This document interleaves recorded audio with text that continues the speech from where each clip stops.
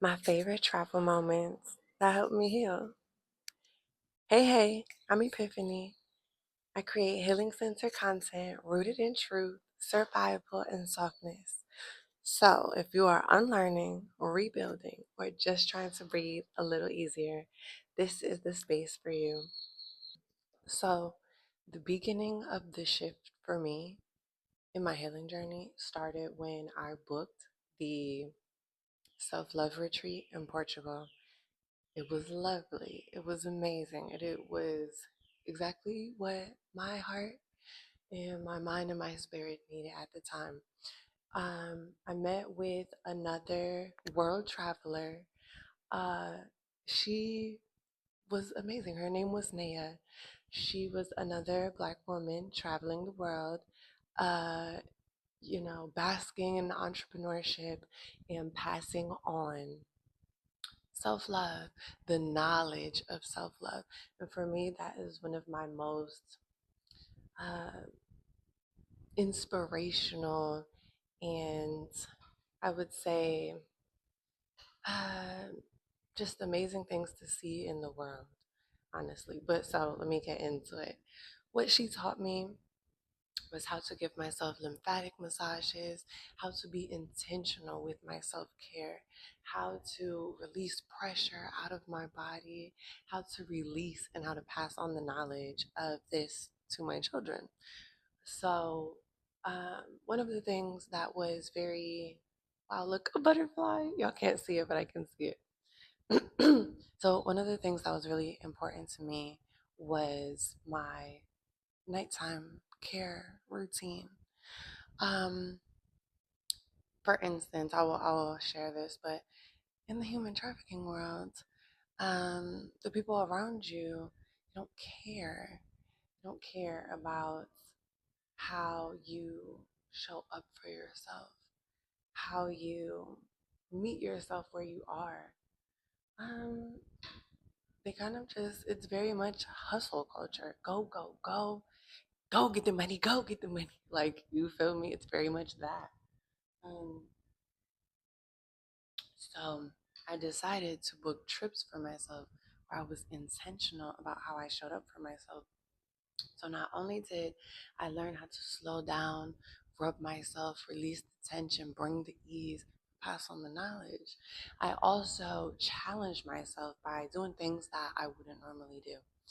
And I know to other people this is like normal, but where I'm from, sometimes people don't even make it out of the neighborhood or the state or the country.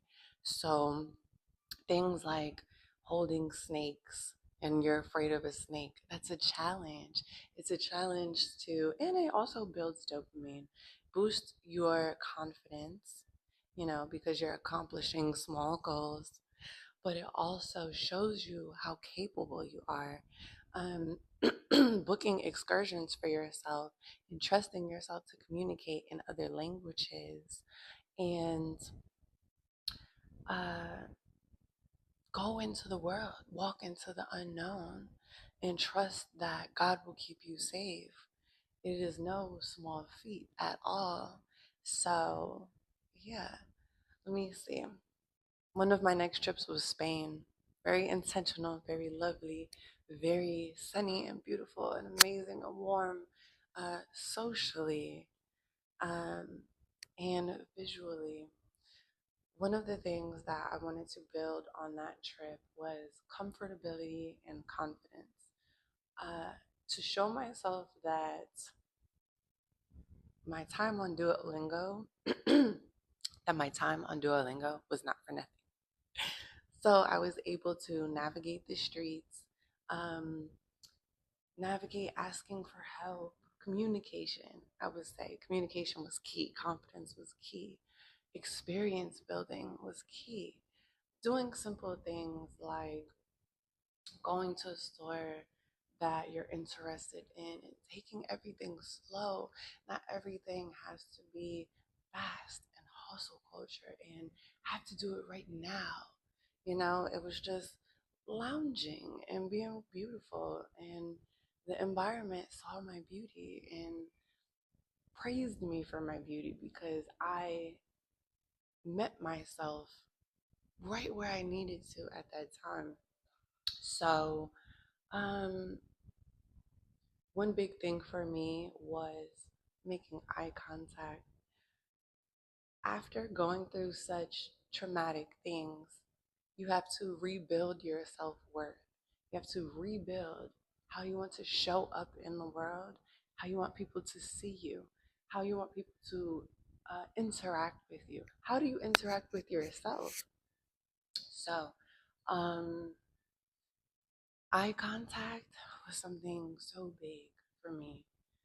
Learning how to communicate with people, learning how to not only communicate linguistically, but physically through being present in my body, looking, um, sharing, putting myself out there, being kind with myself, allowing myself to make mistakes. That was something so big. Things like running beside the beach, or just making friends like my age. That it was lovely. It was exactly what the doctor called for at that time in my life.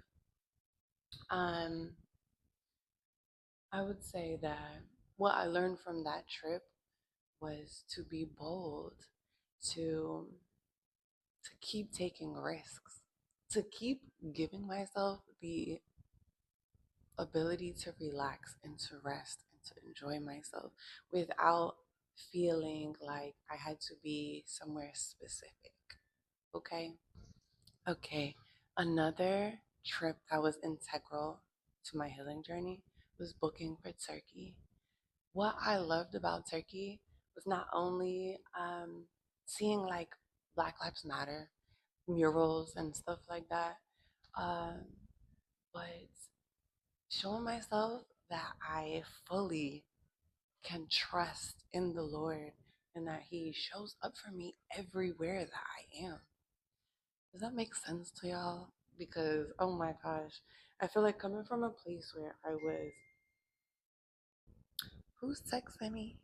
But yeah, coming from a place where I was completely in the wilderness, completely in oblivion, completely in darkness. Um, like I had light, I was light, but I did not have vision, did not have sight, did not have the ability to really speak my mind because I was in danger. And so the places that um, were supposed to nurture me and show me love were very harsh and very restricting. So when I got to Turkey, um, and I was even more or less familiar with the language, the kindness of people, the patience people had, the, like I said, the ability, even with Spain or Portugal, the ability that people allow you to make mistakes without harsh reprimand, I think is what sometimes we don't have in the US.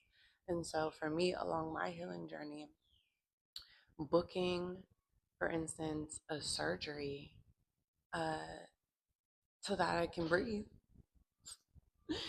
it showed me that I can trust people to take care of me. I can trust in my ability to do research. I can trust in my ability to make decisions for myself. I can trust that who I choose will show up for me well, and that the people that don't show up for me, I can leave them where they are and I can relax and do whatever I want, wherever I want, because there's so much power in being vocal. There's so much power in showing up for yourself. There's so much power in asking yourself where you want to go and then going. Um, Healing for me became more than my therapy appointments. It was so transformational in the sense of bringing me closer to presentness and intentionality. Yeah. So I would say that my travels were a turning point in my life. Um, I allowed myself to feel soft. Newark, New Jersey, New York, the East Coast in general is so rough and tough and gritty. And there is this need or push for women to be strong and for women to be like have that girl. Like, do y'all feel me? And so traveling around the world, I allowed myself to see a different version of my own femininity, the strength in it, but the softness, the nurturing of myself, the kindness to myself that had nothing to do with a man or the benefit that a man would get from it. Does that make sense to you guys? Um, Back home, for instance, it was do your hair this type of way. A man would like it. Basically, all of these things that you do for yourself had the intention of catching a fish. And for me, my solo travels, my healing journey had nothing to do with catching anyone.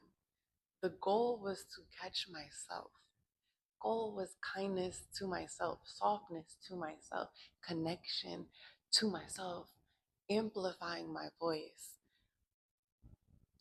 getting close with my voice, giving back the ability to even have a voice. These are all things that I don't think that I had until I started to travel, until I started to take risks that had nothing to do with men. Okay. And I know I do not get the nicest responses. Oh, good morning.